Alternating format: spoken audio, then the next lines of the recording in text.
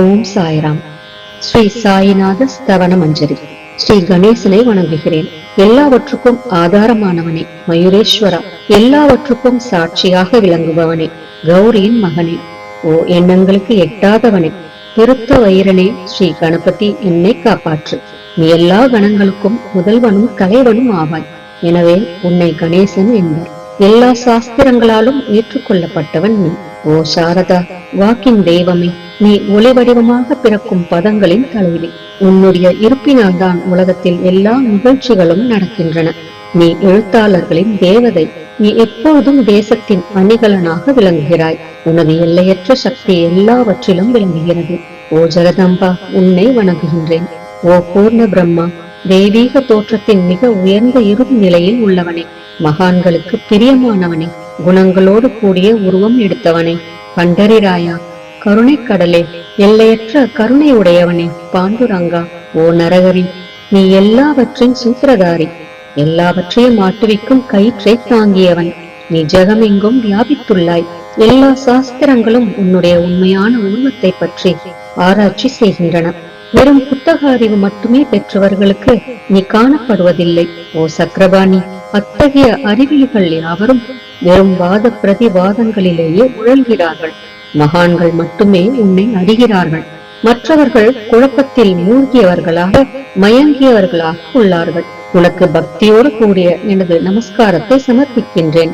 ஓ 5 முகங்களை உடையவனே, சங்கரா, மனித மண்டையோடுகளாலான மாலை அணிந்தவனே, நீல நிறமுடைய கழுத்தனே, திகம்பரா, ஓங்கார ரூபா, பசுபதி, எவருடைய உதடுகளில் உனது நாமம் விளங்குகிறதோ அவர்களது துன்பங்கள் உடனடியாக விலகிவிடும்.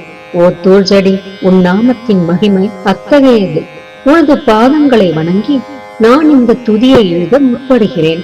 நீலகண்டா, இதற்கு உனது முழுமையான உதவியை எல்லா விதத்திலும் எனக்கு அளிப்பாய். இப்போது அத்ரி மகரிஷியின் குமாரரான தத்தரையும், லக்ஷ்மி தேவியின் குலதெய்வமான விஷ்ணுவையும், ஸ்ரீ துகாராம் முதலான எல்லா மகான்களையும், பின்னர் பக்தர்கள் அனைவரையும் வணங்குகின்றேன். சாயிநாதா, உமக்கு வெற்றி உண்டாகுக. பாவிகளை உயிர்ப்பவரே, அருள் நிறைந்தவரே, இப்பொழுது உமது பாதத்தில் எனது சிரத்தை வைக்கின்றேன். எனக்கு பயமற்ற நிலையை, உமது பாதுகாப்பை கொடும்.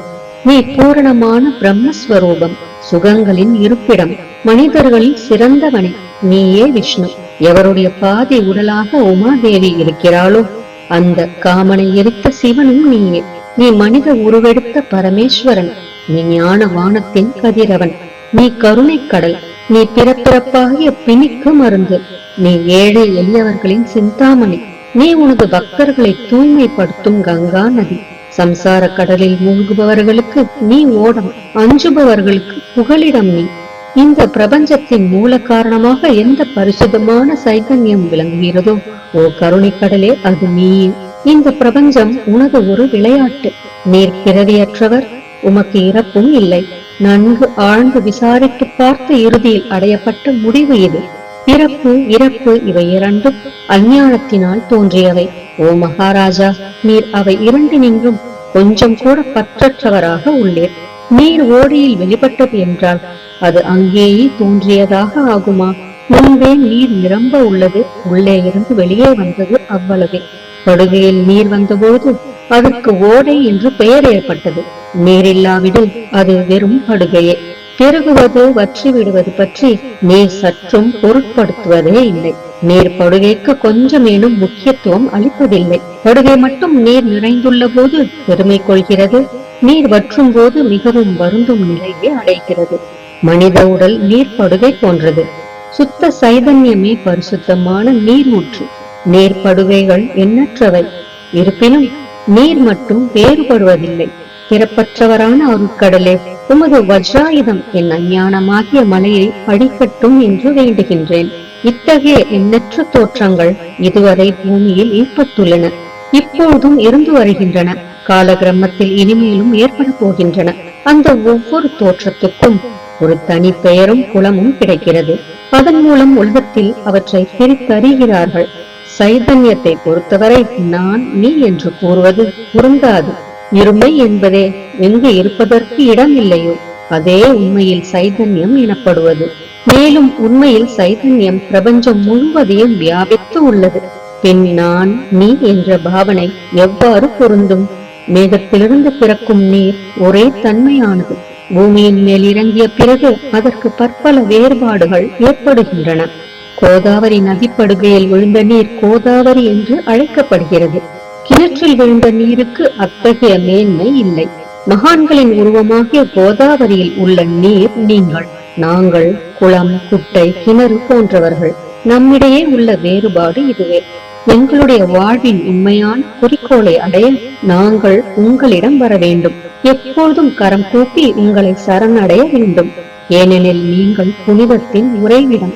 கோதாவரி நதிக்கு பாத்திரத்தினால் படுகையினால் புனிதம் ஏற்பட்டது. வெறும் நீரை மட்டுமே நோக்குவோமாகில் அது எங்கும் ஒரே விதமானது. கோதாவரி நதிப்படுகை புனிதம் வாய்ந்ததென்பது தீர்மானிக்கப்பட்ட உண்மை. அதனை தீர்மானிப்பதற்கு பூமியின் நல்ல தன்மை, தீயத்தன்மை ஆகியவையே உதவி செய்கின்றன என்பதை நோக்கவும். மேகத்தினின்று வந்த நீரின் புனிதத்தை எந்த பூமி பாகம் மாற்றவில்லையோ அந்த பாகத்தை சாஸ்திரம் அறிந்தவர்கள் கோதா என்று அழைத்தார்கள். மற்ற இடங்களில் விழுந்த நீர் அந்தந்த மண்ணின் குணத்தை ஏற்றுக்கொண்டது. தோற்றத்தின் போது இனிமையாயிருந்த நீர் அசுத்தமாகவும் கசப்பாகவும் உப்பாகவும் ஆயிற்று. அவ்வாறே ஓ குருநாதா, எந்த சரீரத்தில் 6 வைரிகளின் மாசு ஏற்படவில்லையோ அந்த புனிதமான சரீரத்திற்கு மகான் என்ற பெயர் பொருந்தும். எனவே மேன்மையும் புனிதமும் பொருந்திய மகான்களை அந்த கோதாவரி என்றே கூறுகின்றேன். எல்லா ஜீவர்களிலும் உங்களது தகுதி மிகச் சிறந்ததாக உள்ளது. பிரபஞ்சத்தின் ஆரம்ப காலத்திலிருந்தே கோதாவரி ஏற்பட்டு உள்ளது. நீரும் முழுமையாக நிரம்பி உள்ளது. இன்று வரை அதற்கு குறைவு ஏற்படவில்லை. ராவணனுடைய வயிறு கோதாவரியின் கரைக்கு வந்தபோது இருந்த அதே நீர் இன்று வரை எவ்வாறு இருக்கும் என்று பாருங்கள். படுகை மட்டும் அதே. நீர் கடலை அடைந்தது. நீர்ப்படுகையின் புனிதத்தன்மை மட்டும் இன்று வரை நிரந்தரமாக உள்ளது. ஒவ்வொரு ஆண்டும் பழைய நீர் சென்று புதிய நீர் படுகையின் உள்ளே வருகிறது. பாபா அதே நியாயம் உங்களுக்கும் பொருந்தும். ஒவ்வொரு நூற்றாண்டும் ஓராண்டை போலவும் அந்த நூற்றாண்டில் தோன்றிய சாதுக்கள் நீரை போலவும் அவர்களுள் மிக பெரிய மகான்கள் அலைகள் போலவும் உவமிக்கப்படுகிறார்கள். இந்த மகான்களின் உருவமாகிய கோதாவரியில் முதல் ஆண்டில் சனதர், சனகர், சனந்தனர் முதலியோரின் வெள்ளம் ஏற்பட்டது. பின்னர் நாரதர், தும்புரு, பிரகலாதன், பலிராஜா, சபரி, அங்கதன், வாயுகுமாரன், விதுரர், கோபர்களும் கோபிகைகளும் தோன்றினர். இவ்வாறு இன்று வரை ஒவ்வொரு நூற்றாண்டிலும் ஒன்றன் பின் ஒன்றாக மகான்களின் வெள்ளம் ஏற்பட்டு வந்துள்ளது. நான் அதனை வர்ணிப்பதற்கு இயலாதவனாக உள்ளேன். ஓ சாய்நாதா, இந்த நிகழும் நூற்றாண்டில் மகான்களின் தோற்றமாகிய கோதாவரியில் நிச்சயமாக உமது வெள்ளம் வந்துள்ளது. எனவே உமது திவ்ய சரணார விந்தங்களுக்கு வந்தனை செய்கின்றேன். மகாராஜா, எனது துர்குணங்களை கொஞ்சம் கூட பொருட்படுத்த வேண்டாம். நான் ஏழை, எளியவன், அஞ்ஞானி, பாவிகளுக்குள்ளே தலை சிறந்தவன், எல்லா துர்குணங்களும் பொருந்தியவன். ஆனால் என்னை நிராகரிக்க வேண்டாம். பரிசக்கள் இரும்பினுடைய குறைகளை பொருட்படுத்துவதில்லை. கோதாவரி நதி தன்னை அடைந்த கிராமத்து சிறு ஓடைகளை திருப்பி அனுப்புவதில்லை. உங்களுடைய அருள் நோக்கை செலுத்தி என்னிடமுள்ள எல்லா தீய குணங்களையும் விரைவாக அழித்து விடுங்கள். அடியேனுடைய வேண்டுதல் இதுவே. பரிசக்கல்லின் தொடர்பு ஏற்பட்டும் இரும்பின் இரும்புத்தன்மை அழிக்கப்படாவிட்டால் குருநாதா, அது பரிசக்கல்லின் பெருமைக்கு இழுக்கு. என்னை பாவியாகவே இருக்கும்படி வைக்காதே. தாங்கள் தாழ்வும் அடைய வேண்டாம். நீங்கள் பரிசக்கல், நான் இரும்பு. எனது அபிமானம் உமதே என்பதை பாருங்கள். குழந்தை எப்பொழுதும் தவறுகள் செய்கிறது, ஆனால் தாய் சினம் கொள்வதில்லை. இதை நினைவில் கொண்டு எனக்கு உங்கள் அருளாகிய பிரசாதத்தை அளிப்பீராக. ஓ சத்குரு சாய்நாதா, நீயே எனது கற்பகத்தரு. சம்சார சாகரத்தை கடக்க உதவும் சிறந்த படகு நிச்சயமாக நீயே. நீயே காமதேனு, சிந்தாமணி. நீ ஞான வானத்தின் கதிரவன். நீ நற்குணங்களின் பெரும் சுரங்கம். சொர்க்கத்திற்கு செல்ல உதவும் படிகளும் நீயே. ஓ புண்ணியங்களின் இருப்பிடமே, சுத்திகரிப்பவரில் சிறந்தவரே. ஓ சாந்தமூர்த்தியே, ஆனந்தத்தின் உறைவிடமே, பிரம்மஸ்வரூபா, பரிபூரணனே, வேறுபாடு அற்றவனே, ஞான கடலே, ஓ ஞானத்தின் உருவமே, மனிதர்களில் சிறந்தவனே, பொறுமை, சாந்தி ஆகியவற்றின் உறைவிடமே, பக்தர்களின் இளைப்பாறும் இடமே, என்பால் மகிழ்வு நிறைந்த உன் அருள் நோக்கை செலுத்து. சத்குரு மச்சிந்திரரும் நீயே, மகாத்மா ஜாலந்தரரும் நீயே, நீயே நிவர்த்திநாதரும் ஞானேஸ்வரரும் ஆவாய். கபீர், ஷேக் முகமது, இயேசுநாதர் ஆகியோரும் நீயே. நீயே போதலாவும் சாவதாமாலியும், உண்மையில் ராமதாசரும் நீயே. சாய்நாதா நீயே. துகாரம், சகாராம் மகாராஜும் மாணிக்க பிரபுவும் நீயே. உமது இந்த அவதாரம் உண்மையில் அறிய முடியாத விதமாக உள்ளது. தங்களுடைய ஜாதியை பற்றி எவரும் அறிந்து கொள்ளும்படி தாங்கள் விடவில்லை. சிலர் உங்களை முஸ்லிம் என்கின்றனர், சிலர் அந்தனர் என்கின்றனர். கிருஷ்ணனுக்கு சமமான லீலைகளை தாங்கள் செய்கிறீர்கள். ஸ்ரீ கிருஷ்ணரை பார்த்து பலரும் பலவிதமாக பேசினர். சிலர் எதுகுலத்து அரிய ஆபரணம் என்றனர், சிலர் இடையன் என்றனர். யசோதை மென்மையான குழந்தை என்றாள். கம்சன் மகா காலன் என்றான். உத்தவர் அன்பு வடிவானவன் என்றார். அர்ஜுனன் பூர்ண ஞானி என்றான். அவ்வாறே தங்களை பற்றியும் தத்தமது மனதில் நிச்சயப்படுத்தியதற்கு தக்கபடி அவரவர்கள் அழைக்கின்றனர். மசூதி உங்களது இருப்பிடம். உமது காதுகள் குத்தி இருக்கப்படவில்லை. உங்களது பாதியா சரங்கையும் பார்த்துவிட்டு உங்களை முஸ்லிம் என்று கூறுவது பொருத்தமாகவே உள்ளது. அவ்வாறே கருணை வடிவான உமது அக்னி வழிபாட்டை பார்த்து நீங்கள் இன்றுதான் என்று எங்கள் மனதில் நிச்சயம் ஏற்பட்டது. ஆனால் வெளி விவகாரங்களில் உள்ள இத்தகைய வேறுபாடுகளை தர்க்கவாதிகளே விரும்புவார்கள். உண்மையான ஞானத்தில் ஆர்வமுள்ள பக்தர்கள் அவற்றுக்கு முக்கியத்துவம் அளிக்க மாட்டார்கள். நீங்கள் பிரம்மத்தின் நிலையில் விளங்குகிறீர்கள். உங்களுக்கு ஜாதியும் கோத்திரமும் இல்லை. நீர் எல்லோருக்கும் குருமூர்த்தியாகவும் ஆதி காரணமாகவும் உள்ளீர். முஸ்லிம் இந்துக்களிடையே பகைமை ஏற்பட்டதால் அவர்களை ஒற்றுமைப்படுத்துவதற்காக மசூதி அக்னி இரண்டையும் ஏற்று பக்தர்களுக்கு உங்கள் லீலையை காட்டினீர்கள். தாங்கள் ஜாதி மதங்களுக்கு அப்பாற்பட்டவர். நீங்கள் பிரம்மமே. உண்மையில் நீங்கள் அது தத்துவமசி. நீங்கள் உண்மையில் தர்க்கங்களுக்கு அப்பாற்பட்டவர். உங்கள் முன்னால் எவ்வளவோ தர்க்க விதர்க்கங்கள் நிகழ்ந்தன. அங்கே எனக்கு சாதாரண மொழிகள் எப்படி ஏற்படும்? ஆனால் உங்களை பார்க்கும் போது என்னால் மௌனமாக இருக்க முடியவில்லை. துதி செய்வதற்கு உலக வழக்கில் பதங்களே சாதனமாக உள்ளன. எனவே உங்கள் அருளாசியுடன் பதங்களால் என்னென்ன வர்ணனைகள் ஏற்படுகின்றனவோ அவற்றை எப்பொழுதும் செய்வேன். மகான்களின் தகுதி கடவுளின் தகுதியை விட வேறுபட்டதும் மிக உயர்ந்ததும் ஆகும். சாதுக்களின் அருகில் எனது உனது என்ற வேறுபாடுகளுக்கு சிறிதேனும் இடமில்லை. ஹிரண்ய கசிபுவுக்கும் ராவணனுக்கும் கடவுளை வெறுத்ததன் மூலம் மரணம் ஏற்பட்டது. இத்தகைய சம்பவம் ஒன்று கூட மகான்களின் கரத்தால் நிகழவில்லை. அரசன் கோபிச்சந்தன் ஜாலந்தரரை சாண குவியலில் புதைத்தான். ஆனால் அந்த மகான் மனம் வருந்தவில்லை. மாறாக அந்த அரசனை சம்சார சுழலிலிருந்து விடுவித்து அமரனாக செய்துவிட்டார். இத்தகைய மகான்களின் மேன்மையை எவ்வாறு வர்ணிப்பேன்? மகான்கள் சூரியனை போன்றவர்கள். அவர்களின் கருணை ஒளிமயமானது. மகான்கள் சுகம் தரும் சந்திரனை போன்றவர்கள். அவர்களது அருள் சந்திரனுடைய ஒளி போன்றது. மகான்கள் இதமளிக்கும் கஸ்தூரி போன்றவர்கள். அவர்களின் அருள் அதன் நறுமணம் போன்றது. மகான்கள் ரசம் நிரம்பிய கரும்பு போன்றவர்கள். அவர்களது அருள் அதன் இன்சுவை போன்றது. மகான்கள் நல்லவரிடமும் தீயவரிடமும் ஒரே விதமாக நடந்து கொள்கிறார்கள். மாறாக பாவிகளிடமே எல்லையற்ற அன்பு உள்ளவர்களாக உள்ளார்கள். கோதாவரி நதியின் நீரில் அழுக்கடைந்த துணிகளே துவைப்பதற்காக வருகின்றன. சுத்தமானவை கோதாவரி நின்று வெகு தொலைவில் பெட்டியிலேயே தங்குகின்றன. பெட்டியில் வைக்கப்பட்டிருந்த அந்த துணியும் ஒருமுறை கோதாவரியின் படுகையில் நன்றாக துவைப்பதற்காக வந்தது. இந்த உவமையில் பெட்டிதான் வைகுந்தம். நீங்களே கோதாவரி, நம்பிக்கையே படிதுரை, ஜீவாத்மாக்களே துணிகள். 6 வித விகாரங்களே அவைகளை பற்றியுள்ள அழுக்கு. உங்களது பாதார விந்தங்களை தரிசிப்பதே கோதாவரி ஸ்நானமாகும். எல்லா அழுக்குகளையும் போக்கி சுத்தப்படுத்துவதில் நீர் மிகுந்த சாமர்த்தியசாலி. சம்சாரத்தில் உழலும் ஜனங்களாகிய நாங்கள் மேலும் அழுக்கு படிந்தவர்களாக உள்ளோம். எனவே மகான்களின் தரிசனம் பெறுவதற்கு உரிமை பெற்றவர்கள் நாங்கள். கோதாவரி நதியில் நீர் நிரம்பி உள்ளது. படிதுறையில் துவைப்பதற்கான அழுக்கு துணிகள் உள்ளன. அவை அப்படியே துவைக்கப்படாமல் கிடந்தால் அது உண்மையில் கோதாவரிக்கு இழுக்கு ஆகும். நீங்கள் அடர்ந்த நிழலும் குளிர்ச்சியும் தரும் சிறந்த மரம். நாங்கள் உண்மையில் பாதசாரிகள். கதிரவன் தாபத்திரங்களாகிய வெயிலால் எங்களை சுட்டு எரிக்கின்றான். அவனுடைய தாபத்திலிருந்து கருணை கூர்ந்து, ஓ குருராயா, எங்களை காப்பாற்றும். உங்கள் நல்லருளின் குளிர் நிழல் இவ்வுலகிற்கு அப்பாற்பட்ட தன்மை அது.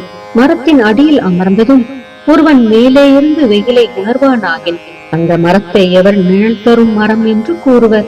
உமது அருளின்றி உலகில் நன்மை என்பது ஏற்படுவது இல்லை. தர்மத்தை நிலைநிறுத்துவதற்காக சேஷாய அர்ஜுனனுக்கு நண்பனானான். விபீஷணன் சுக்ரீவனுடைய அருளினாலேயே அரசன் ஸ்ரீராமனின் அருகாமையை அடைந்தான். மகான்களின் மூலமாகத்தான் ஸ்ரீஹரி மேன்மை அடைந்தார். எந்த பிரம்மத்தை பற்றி வேதங்களில் கூட வர்ணிக்கப்படவில்லையோ அத்தகைய பிரம்மத்தை உலகத்தில் சகுனமாக செய்து வெட்க வைத்தார்கள் மகான்கள். தாமாஜி என்ற பக்தர் வைகுந்தபதியும் ருக்மணி வரணுமாகிய இறைவனை ஒரு மகா தாழ்ந்த குலத்தவராக உருவெடுக்கும்படி செய்தார். சோகமேளா என்ற பக்தர் ஜெகதாத்மா ஆன இறைவனை தமது எருமைகளின் சவத்தை எடுக்கும்படி செய்தார். மகான்களின் பெருமையை உணர்ந்த ஜெகஜீவனாகிய இறைவன் அவர்களுக்காக தண்ணீரும் சுமந்தான். உண்மையில் மகான்கள் சச்சிதானந்த பிரபுவாகிய இறைவனின் எஜமானர்கள் ஆவார்கள். இப்போது அதிகம் சொல்வதற்கு எனக்கு வரவில்லை. நீயே எங்களுடைய தாயும் தந்தையும். ஓ சத்குரு சாய்நாதா, ஷீரடி கிராமத்தில் வசிப்பவரே, பாபா, உமது லீலைகளின் உண்மையான பொருளை எவரும் அறியவில்லை. அவ்வாறிருக்க எனது வெற்று வார்த்தைகள் எவ்வாறு அவற்றை விளக்க முடியும் சொல்லுங்கள். ஜீவன்களுக்கு உய்வளிக்கும் பொருட்டு தாங்கள் ஷீரடியில் வந்தீர்கள். அகல்களில் நீரூற்றி விளக்கேற்றி நீங்கள் எரிய வைத்தீர்கள்.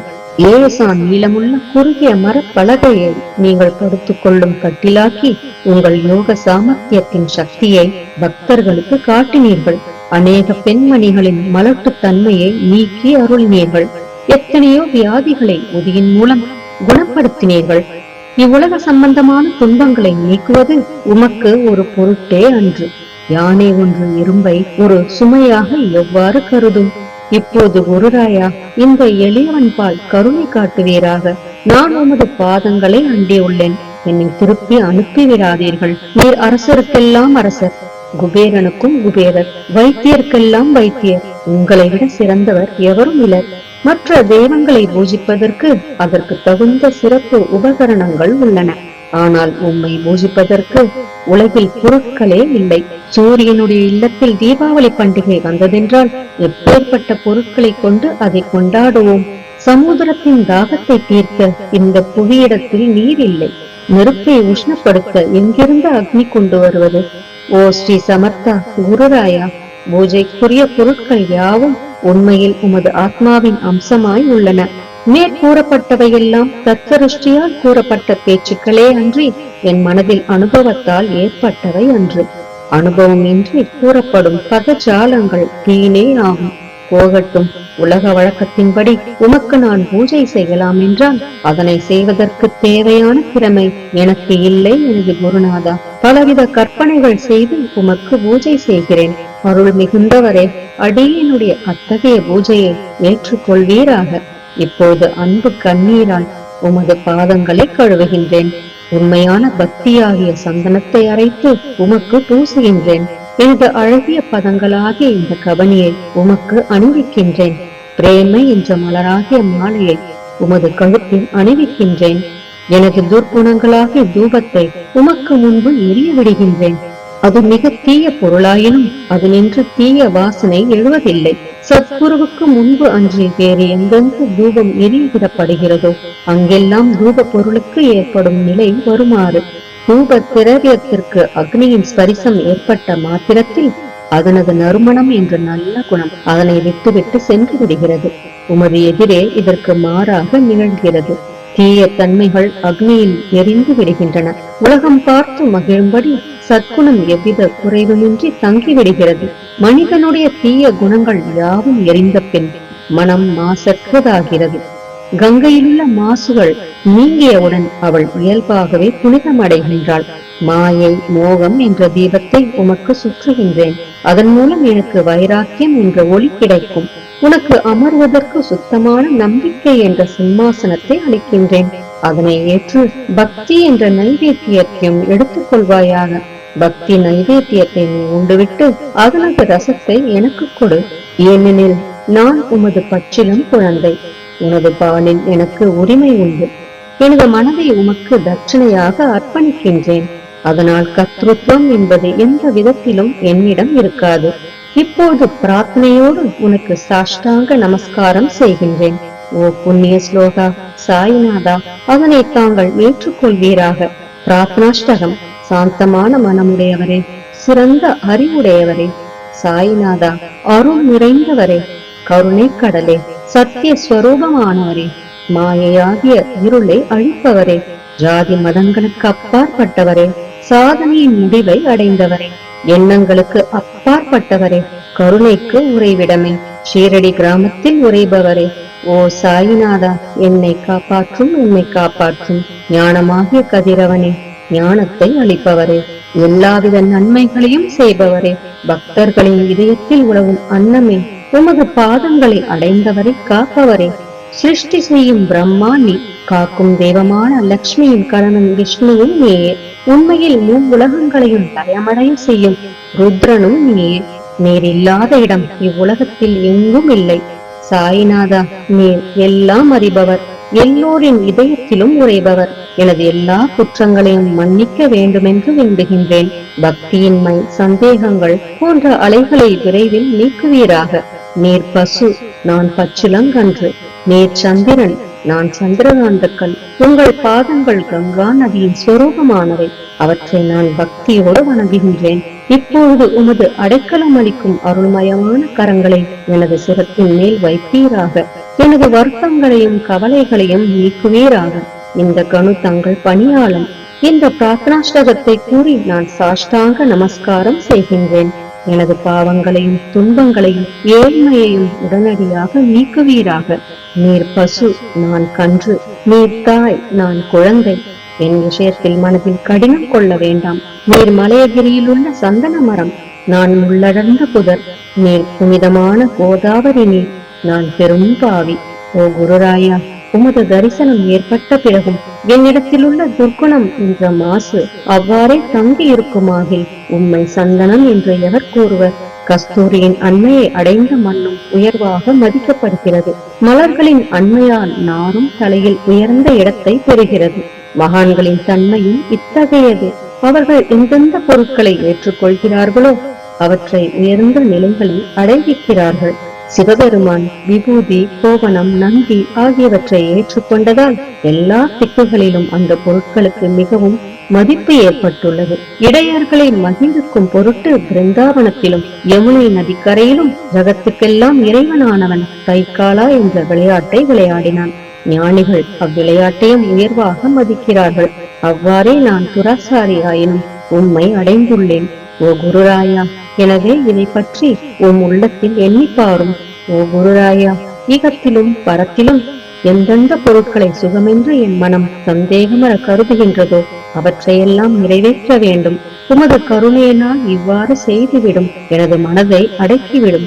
சமுதிரத்தை இனிமையாக செய்துவிட்டால் பிறகு உப்புத்தன்மையை பற்றிய பயம் இல்லை. சமுதிரத்தை இணையதாக்கும் சக்தி உண்மையில் உமக்கு உண்டு. எனவே தாஸ்கனுவின் இந்த வேண்டுதலை நிறைவேற்றுவீர். என்னிடம் என்னென்ன குறைகள் உள்ளனவோ அவை அனைத்தும் உமதே. சித்தருக்கெல்லாம் அரசனான உமக்கு குறை என்பது பொருந்தாது. இப்போது அதிகமாக சொல்வது எதற்காக? நீரே எனக்கு ஆதாரம். தாயினுடைய இடுப்பில் உள்ள குழந்தை இயல்பாகவே பயமற்று இருக்கிறது. ஓ மகாராஜா, இந்த துதியை எவரவர்கள் அன்புடன் படிக்கிறார்களோ கேட்கிறார்களோ அவரவர்களுடைய விருப்பங்களை நிறைவேற்றுவீர். இந்த துதியை படிப்பவர்களின் கேட்பவர்களின் 3 வித தாபங்களும் ஓர் ஆண்டுக்குள் விலகிவிடும் என்பதே இந்த துதியின் மேல் உமது நிரந்தரமான அருளாசியாக இருக்கட்டும். ஸ்நானம் முதலியவற்றை செய்து சுத்தமாக ஆன பின் உங்கள் மனதில் சுத்தமான பக்தியோடு தினமும் இந்த துதியை படிக்கவும்.